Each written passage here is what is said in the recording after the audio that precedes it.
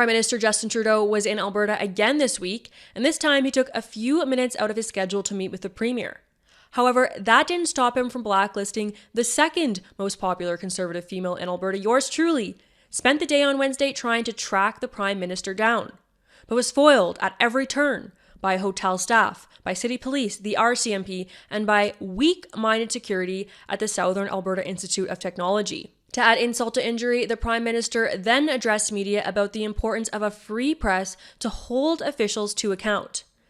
That's not the first time we've seen astonishing levels of hypocrisy from the Prime Minister. Under his direction, independent reporters were barred from his press conference and then threatened with arrest for showing up. Fear of free debate has rotted all of our institutions, and there's no one more afraid than the Prime Minister himself. I'm Rachel Emmanuel, and this is the Alberta Roundup.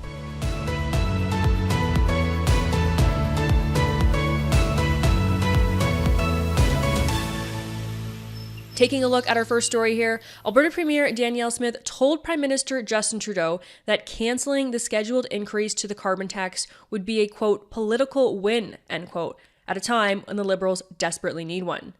The two leaders met in Calgary at the Sheraton Hotel early on Wednesday morning, and although they attempted to keep that location secret, you better believe I found them there.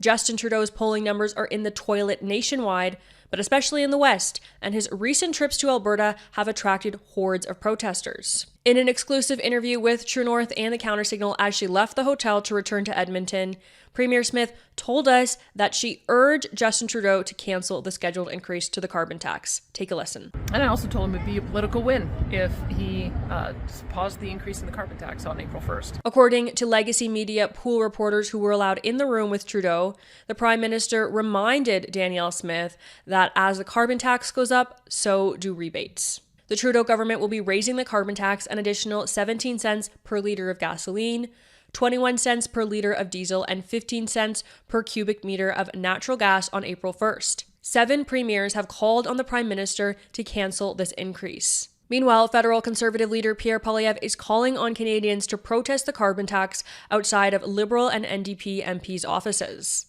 I asked Danielle Smith what she thinks about that. Take a listen. Well, I'd have to say, we've got 7 premiers now that have all asked for a pause. And there's a reason for that, is that I think the Parliamentary Budget Office found that regardless of the rebates, we're still paying more in the tax than any of us are getting back in the rebates. People know that, they feel it.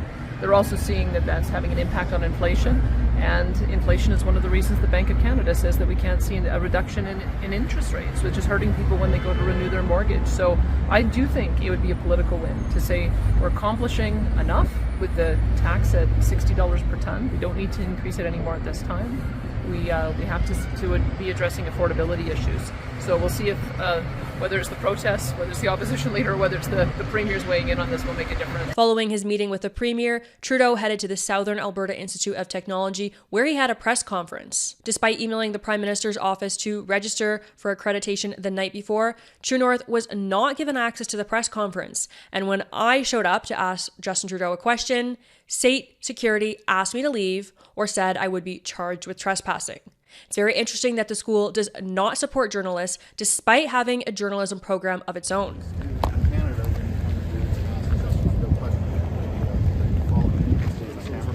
Don't touch me. Just stay over here. Sir, just stay over here. Just stay over here. Stay over here. At that press conference, Trudeau went on a tirade about how Canadians must reduce their emissions and why the carbon tax is so important. Take a listen. There are real challenges in the world right now. And one of the challenges everybody is seeing is climate change. Alberta declared a start to its forest fire season in February this year. We had one of the worst years for wildfires ever, on top of some of the worst years for floods, and droughts in different parts of the country as well. The impacts of climate change are real. Okay guys, moving on to our next story here. Alberta Premier Danielle Smith appeared on Ryan Jesperson's podcast this week, where he asked the Premier how she feels about the Red Deer Catholic School Board banning the use of pronouns in staff emails and course outlines, as well as banning pride flags. Here's what the Premier had to say about it. I mean, look, we want to create safe and caring spaces for kids. We do. And we want kids to be able to have the opportunity to talk to their friends, talk to a trusted teacher if they're having issues going through puberty, if they have same-sex attraction, if they have gender identity struggles. Those are important conversations to have. Where we are going is that when a child makes the choice to come out to the school community, change their pronouns, change who they are, you have to have parents included in that conversation. So I would say that perhaps they're going in a direction that is inconsistent with what it is that we're trying to do. We want to make sure that all kids feel safe, no one is outed, and that we have a process in place to help kids as they're going through these struggles. Okay, guys, it's finally happening. This is the story we've all been waiting for. Dippers across the province are saying that they're preparing an exit strategy in case Danielle Smith remains Premier of the province. Let's take a look at this. Greg Coulihan, the former NDP MLA for Calgary-Klein, posted on X this week saying, quote, "Anyone else talking to their kids about them having an exit strategy out of Alberta if it remains under Danielle Smith's control? ?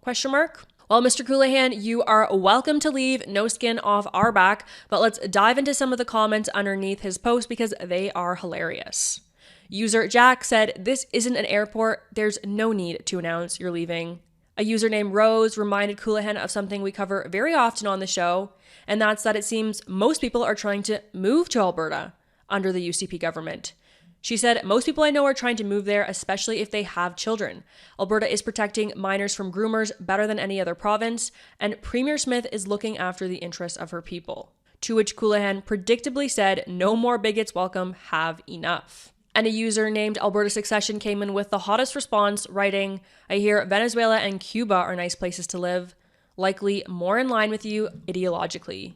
It would actually be nice if some of the Dippers left this province to make room for all the Conservatives moving here, which leads me to my next story, and that is that rents are increasing in Alberta more than any other province in Canada. Rent in Alberta has increased by 20% since the same time last year, according to a new report by Urban Nation. Between March 2024 and 2023, Calgary's average rent has increased by 10.6%, while Edmonton's average rent has increased by 17.3%. That's greater than any other of the country's largest cities. Despite the rent increases in Calgary and Edmonton, the cities ranked 16th and 23rd, respectively, for price ranking from a dollar perspective out of Canada's 25 largest municipalities. I asked Premier Smith this week if it's time to end the Alberta is Calling campaign because rent is spiking so much. Here's what she had to say about it. We do need to have more skilled workers coming to build those houses. So our next phase of it is going to be the launch of our Alberta's Calling tax credit that is targeted specifically at those building trades jobs. We know that Dow Chemical, for instance, is going to need 6,000 to 8,000 construction workers. And so we will have a very focused campaign to make sure that we're bringing people in with the skills that our economy still needs. And while we're hoping that Dippers will start leaving the province, they might stick around to see who will win the Alberta NDP leadership race. The deadline to enter that contest ended on Friday, and we have 6 candidates who will be running for the next leader of the Alberta NDP. Let's take a look at those. Calgary MLA and energy critic Kathleen Gainley was the first candidate to throw her hat in the ring. She was followed by Sarah Hoffman, the former health minister under the Alberta NDP government. As well, we have Raki Panchali. She is an Edmonton area MLA, and she is also a lawyer. She was elected in 2019. There's also Jody Calahoo Stonehouse. She was just elected in 2023. Gil McGowan, the president of the Alberta Federation of Labour, announced his leadership in early March. And the candidate with likely the biggest profile who entered the race this week was former Calgary Mayor Naheed Nenshi. And he's already taking aim at Alberta Premier Danielle Smith. Take a listen. Our insurance rates, our auto insurance rates are something like 2.5 times what they are in Saskatchewan next door. This is direct results of UCP government policy. Setting aside the crisis in family doctors, the closure of emergency rooms, the fact that here in one of the wealthiest jurisdictions in the world, you can't be guaranteed that you'll get an ambulance when you call 911 when you're in need. This is sheer incompetence combined with the lack of any moral fiber. And, I will call them on that every single day. Okay, guys, moving into our weekly comment roundup, which continues with this theme of leaving the province.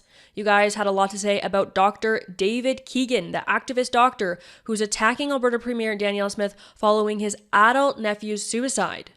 User, a normal, average, everyday guy, says, quote, "He's not wrong that something has gone wrong. Too many people like him living here. After 16 years, I'd say take off, and don't let the door hit you on the ass on the way out." And our weekly comment roundup keeps up with this theme of people leaving the province. In response to the news that I was barred from Justin Trudeau's press conference on Wednesday, ex-user Perspective Canada wrote, "In all honesty, admit that you're happy you didn't get access. Otherwise, wouldn't have anything to complain about today." Spoken like a true socialist, you assume that just because you're lazy, everyone must be lazy. I actually like my job, and I know the work that I do is important. That's not a question, it's a statement. And it is absolutely wrong that the Prime Minister bars reporters who don't agree with his government talking points from his press conferences. And it also reveals what the Prime Minister thinks about regular Canadians. He doesn't like them, and he doesn't have time for them, and he never will. Okay, everyone, that's all we have time for today. Thank you so much for tuning in. As always, please like this video and subscribe to True North if you haven't already. If you want to support our work, you can do that over at donate.tnc.news. Have a great weekend, and God bless.